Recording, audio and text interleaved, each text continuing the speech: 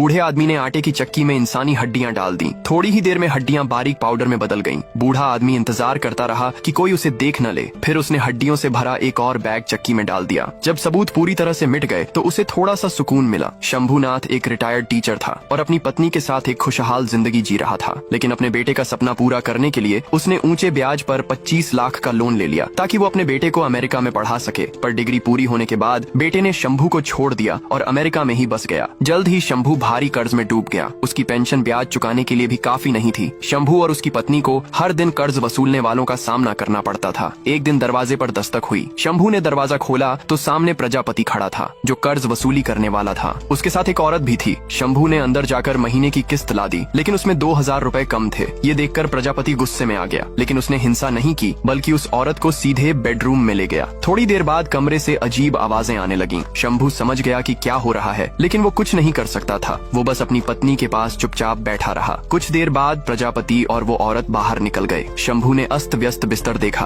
उसे पता था कि प्रजापति ने उसे अपमानित करने के लिए यह सब किया था पर उसे कर्ज तो चुकाना ही था, इसलिए वह अपना गुस्सा पी गया। कुछ समय बाद उसकी पत्नी बीमार पड़ गई। शंभू बैंक गया और जो भी बचा था उसे निकालकर अस्पताल ले जाने की सोची लेकिन जैसे ही वह बाहर निकला प्रजापति ने उसका पैसा छीन लिया। शंभू को बहुत गुस्सा आया लेकिन वह कुछ नहीं कर सका। प्रजापति ने उसे और भी अपमानित किया। उससे नौकर की तरह अपनी गाड़ी धकेलवाई। शंभू दुखी था फिर भी वह दयालु बना रहा। वो अब भी उन गरीब बच्चों की मदद करता था जो स्कूल की फीस नहीं भर सकते थे। वो उनके जन्मदिन के लिए केक तक खरीद कर लाता था। लेकिन एक दिन प्रजापति उसके घर में घुस आया और कहा कि वह कर्ज चुकाने के लिए यह घर बेच देगा। शंभू और उसकी पत्नी के पास इस घर के अलावा कोई और जगह नहीं थी पर प्रजापति को इससे फर्क नहीं पड़ा। उसी वक्त प्रजापति की नजर घर में पड़ रही एक छोटी लड़की पर पड़ी। उसने उसे बुलाया और यूं ही पैसे दे दिए। तभी शंभूनाथ को एहसास हुआ कि प्रजापति की नीयत उस लड़की पर खराब थी। शंभू मदद के लिए पुलिस के पास जाना चाहता था लेकिन जब वो पुलिस स्टेशन पहुंचा तो उसने प्रजापति को पुलिस प्रमुख से बात करते देखा। पुलिस अधिकारी की नजरों से ही शंभू समझ गया कि यहाँ से कोई मदद नहीं मिलेगी। उसी रात प्रजापति शंभू के घर में घुस आया।